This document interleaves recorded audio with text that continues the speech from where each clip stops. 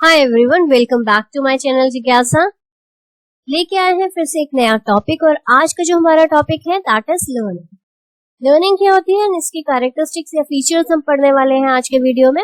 Now तो what is learning and what are its various features, ये आज हम समझने वाले हैं। लर्निंग क्या होता है? Learning is any permanent change in the behavior of a person that occurs as a result of experience. Experience की वजह से हमारे बिहेवियर में परमानेंट चेंज होता है, उसे हम लर्निंग कहते हैं। It is accompanied by acquisition of knowledge. ये जो हमारा एक्सपीरियंस है इसमें क्या होना चाहिए? हमने नॉलेज एक्वायर की है, हमने स्किल्स एक्वायर की है, हमने एक्सपर्टाइज एक्वायर की है विच आर रिलेटिवली परमानेंट। और ये किस तरह की एक्सपीरियंस, नॉलेज एंड स्किल है? Which are of permanent characteristics, तो उसे हम लर्निंग कहते हैं। डेफिनेशन ले लेते हैं by Stephen P Robbins. Learning is any relatively permanent change. Again उन्होंने क्या कहा है कि परमानेंट चेंज होना चाहिए in behaviour that occurs as a result of experience. की वजह से हमारे बिहेवियर में परमानेंट चेंज होता है, उसे हम लर्निंग कहते हैं। एक और डेफिनेशन लेते हैं by Steers and porter.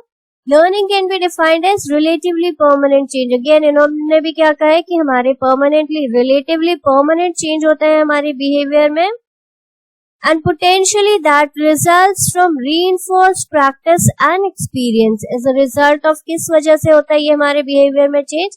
Because of reinforced practice.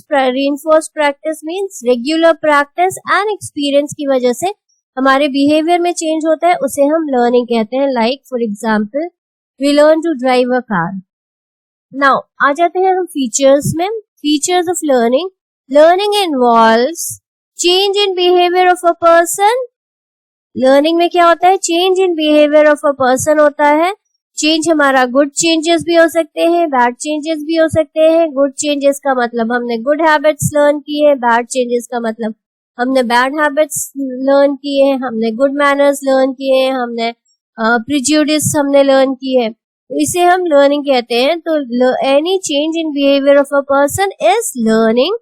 Change in behaviour must be relatively permanent. ये जो हमारा चेंज इन बिहेवियर होना चाहिए ये कैसा होना चाहिए? It should be relatively permanent.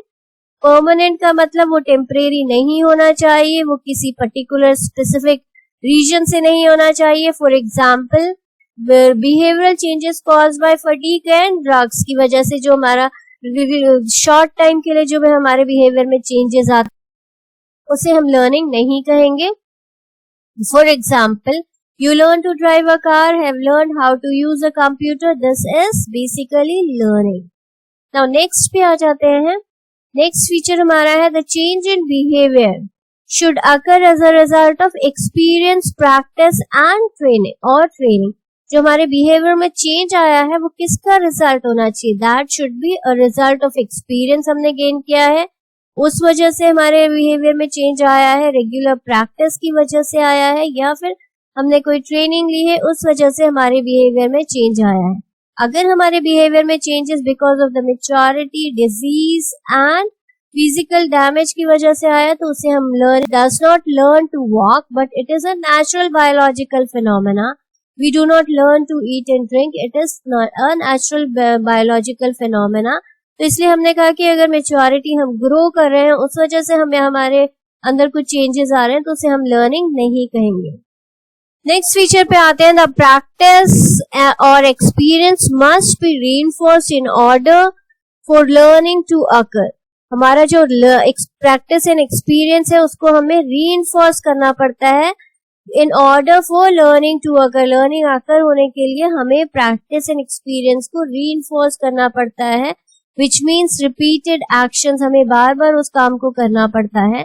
अगर reinforcement नहीं होता है तो धीरे धीरे क्या होता है, हमारी वो जो behavioral changes आए हैं वो eventually disappear हो जाएंगे और it would not come in the category of learning.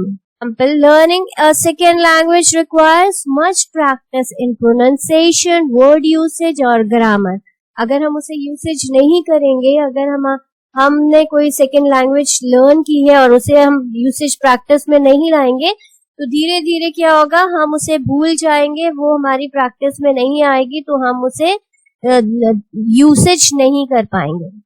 Next feature पे आते हैं, learning is reflected in behaviour. Learning हमारे बिहेवियर में रिफ्लेक्ट होनी चाहिए।